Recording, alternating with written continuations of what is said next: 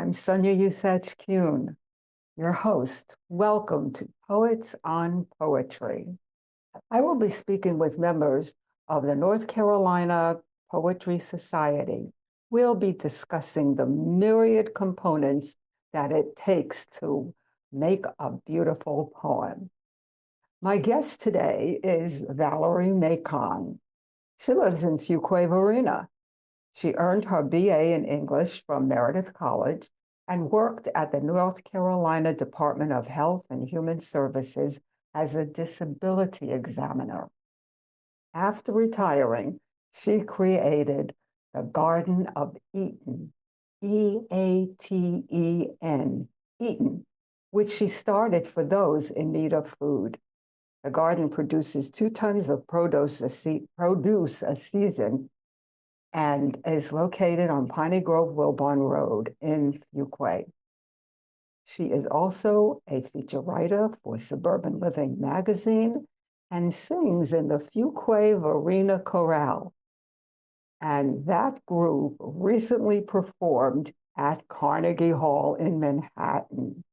So poet, singer, songs are poems, poems become songs. Welcome, Valerie. Thank you. So, Valerie, you have 6 published books of poetry, and your poems and essays have been widely anthologized. They also have appeared in places not known for featuring poetry. Poetry seems to find you. How does that happen?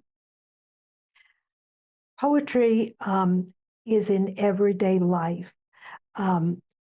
If I quote Emily Dickinson, she said, "To live is so startling, it leaves little time for anything else." And I agree with her. Every place I go, I see poetry. So I just go about living life. I have my notebook.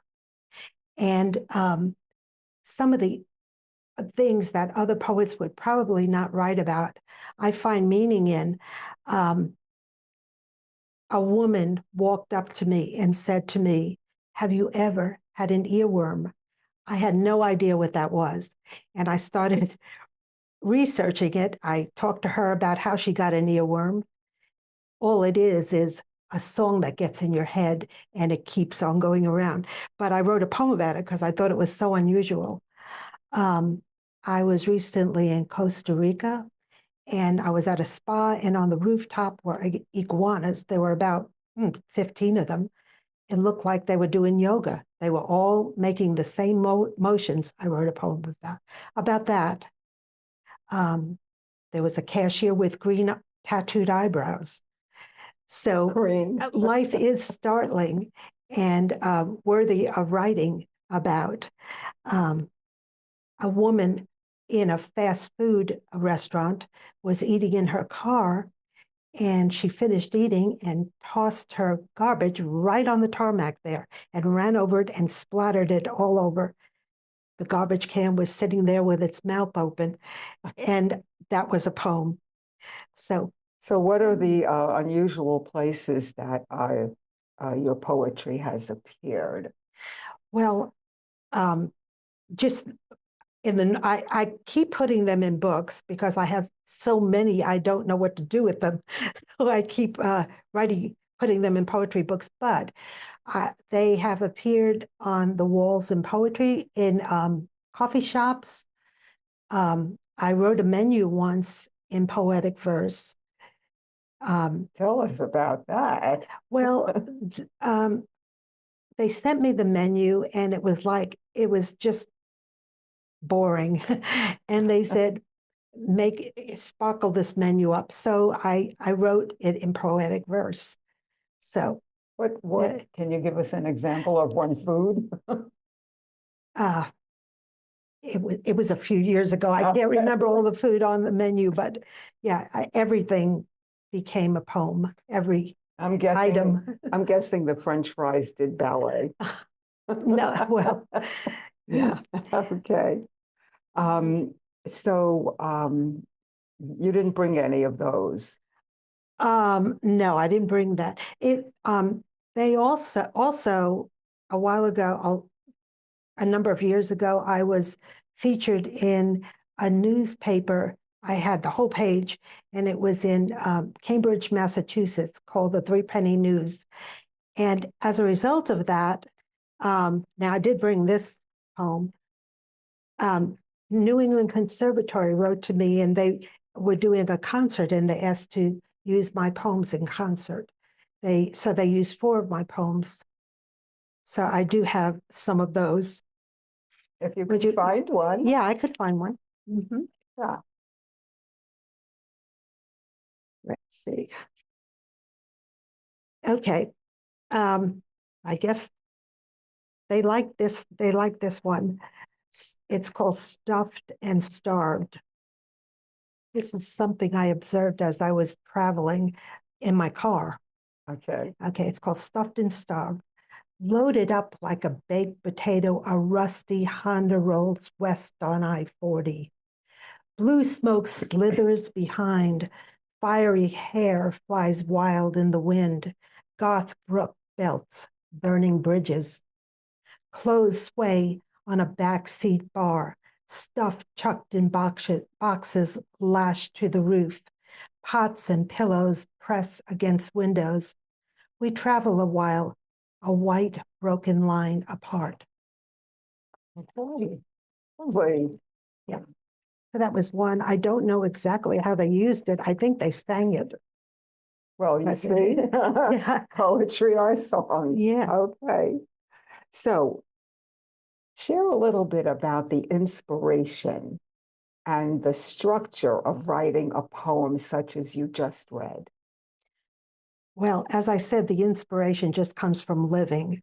I have a passion for careful observation of life, and a need to express what I see and share it with others. So maybe they will see it the same way I do or in a new way.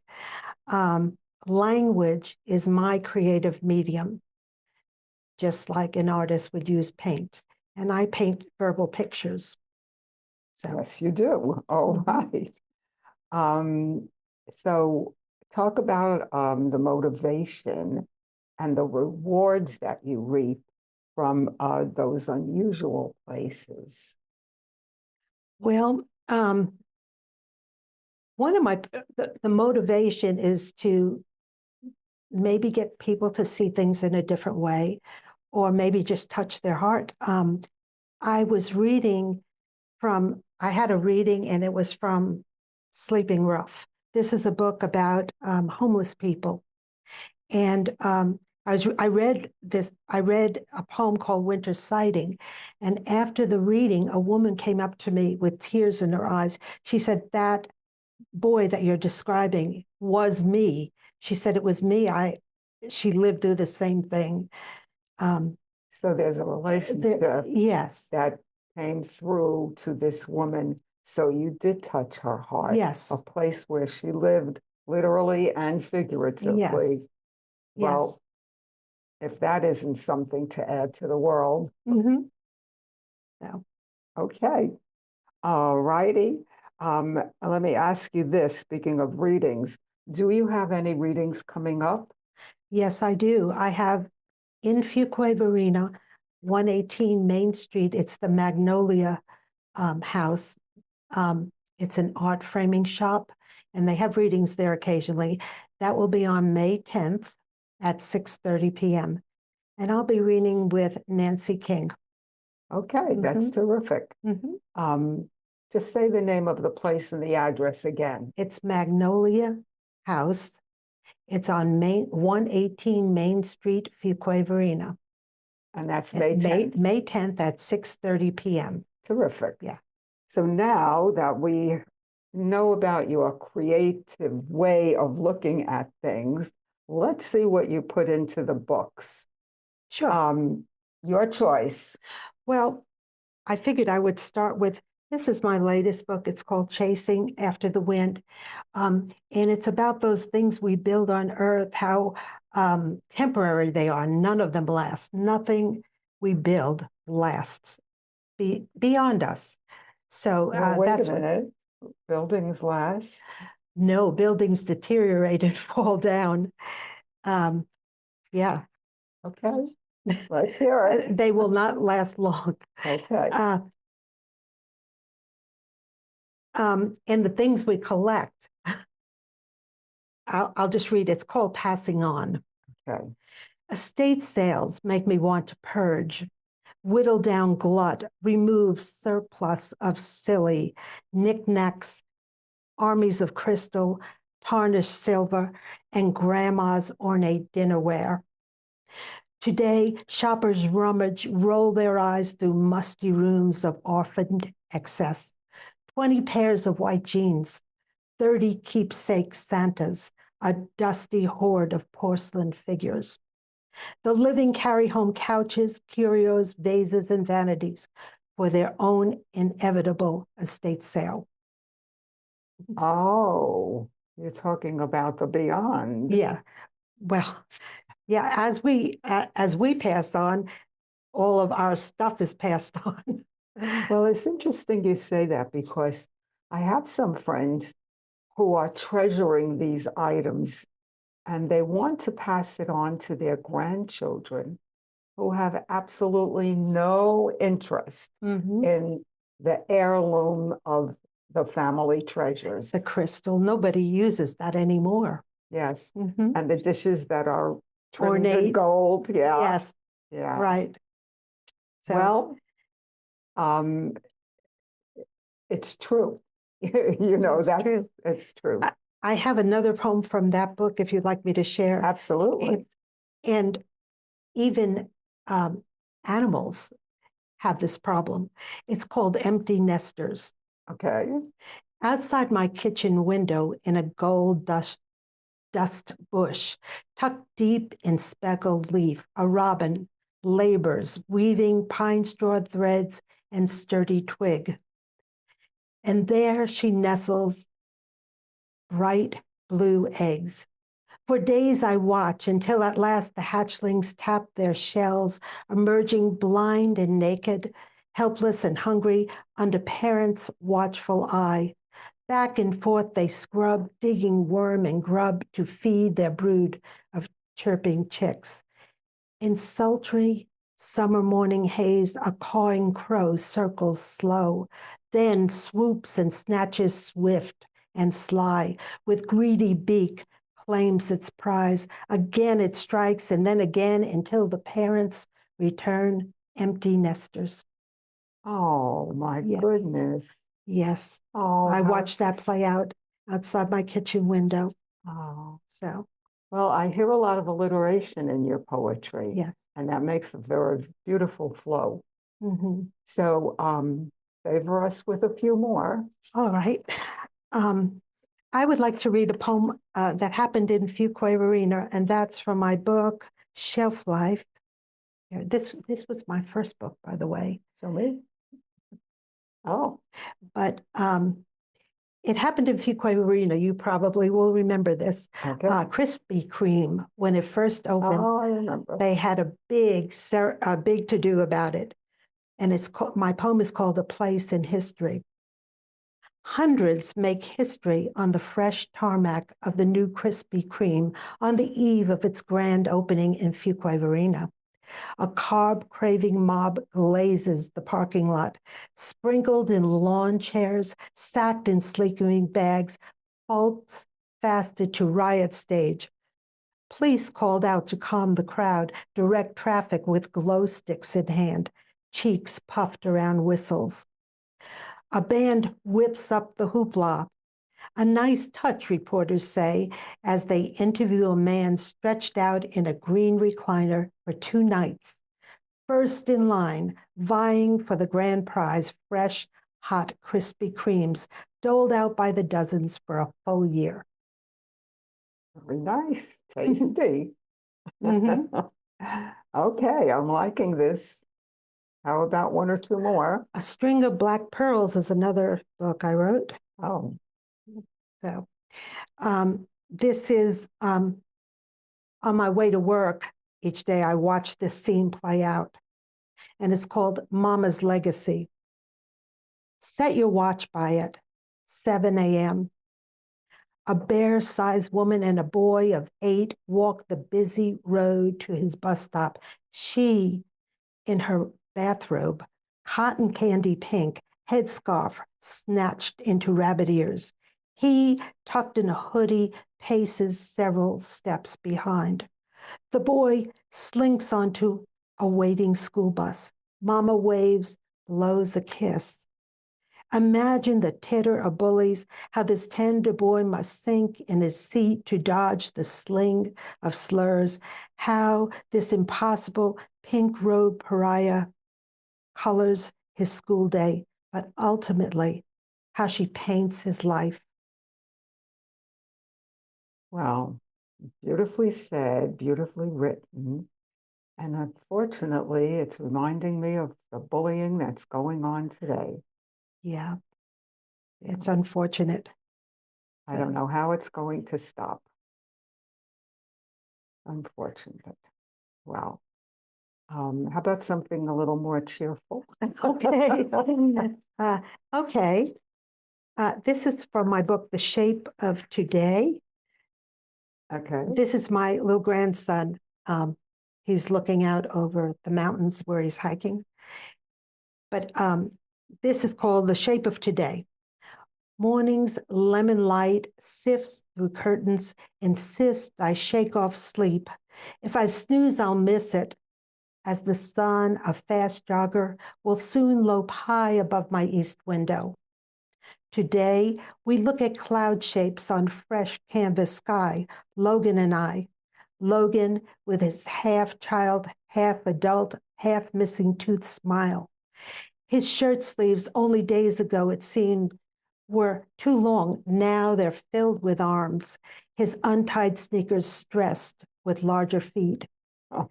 We spot whales, hearts, and dolphins, but these forms linger only briefly before their shapes shift and are carried away on a breeze.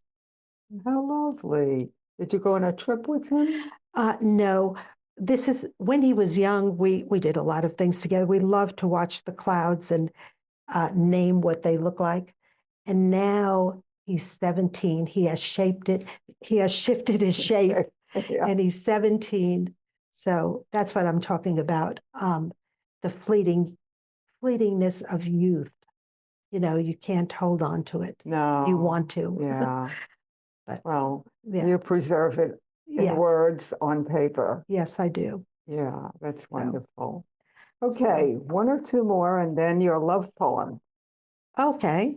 Let's see.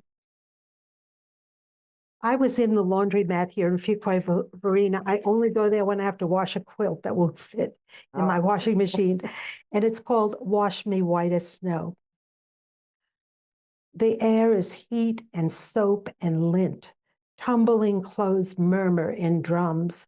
The attendant mumbles on her cell phone over monotonous low-level drone of football commentary. He's been long at the laundry, working down high-piled hampers, clothes sloshing and spinning in speed queens, heavy knots of wet wash, heaving knots of wet wash into dryers, feeding fistfuls of quarters into slots. Now he waits on a steel folding chair, head bowed, hands clasped, lips moving as in unvoiced prayer. Another lovely one. Yeah. Yeah. Okay.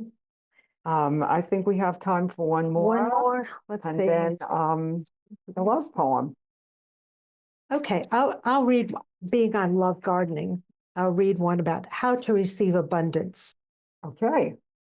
Crouch among the bush beans, knees pressed in warm soil, weave fingers through leaves, jade, that shade, pods of thick as pencils.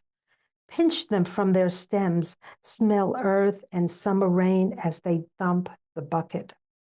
Rake your spading fork under the potato plant. After its yellow flower fades and its leaf withers, cleave it from the earth, tubers clinging to roots. Rummage the soil, find a buried golden spot. Yeehaw! Then another and another howled till neighbors paused their coffee cups, turned their heads from cable news and wonder, why such jubilation? But you know why. Yes. Now, will you favor us with a love poem? I think with all that's going on in this world, we need to have a little love. Okay. Let me find my love poem. Okay, take your time. Yeah. It's called Goodwill Bride. I could look.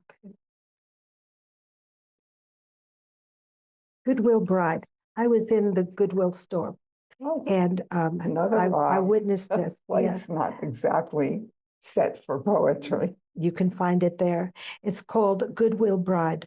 A tiny, time-bent woman, cross-hatched face, cornbraid silver-tracked, heads for the thrift store try-on room. A frothy steam of beaded lace and smooth white satin cascades from the craggy crook of her arm. We eloped, never wore a gown, always wanted to, she whispers to me. Alone, a warped mirror screwed to a scuffed wall, giggles waft on shafts of dust, fabric shifts, rustles, a halting zipper inches up, cinches, cameras shutter, rapid snaps. Later, alone on the rack, the gown sways, still warm with excitement. Oh, how lovely.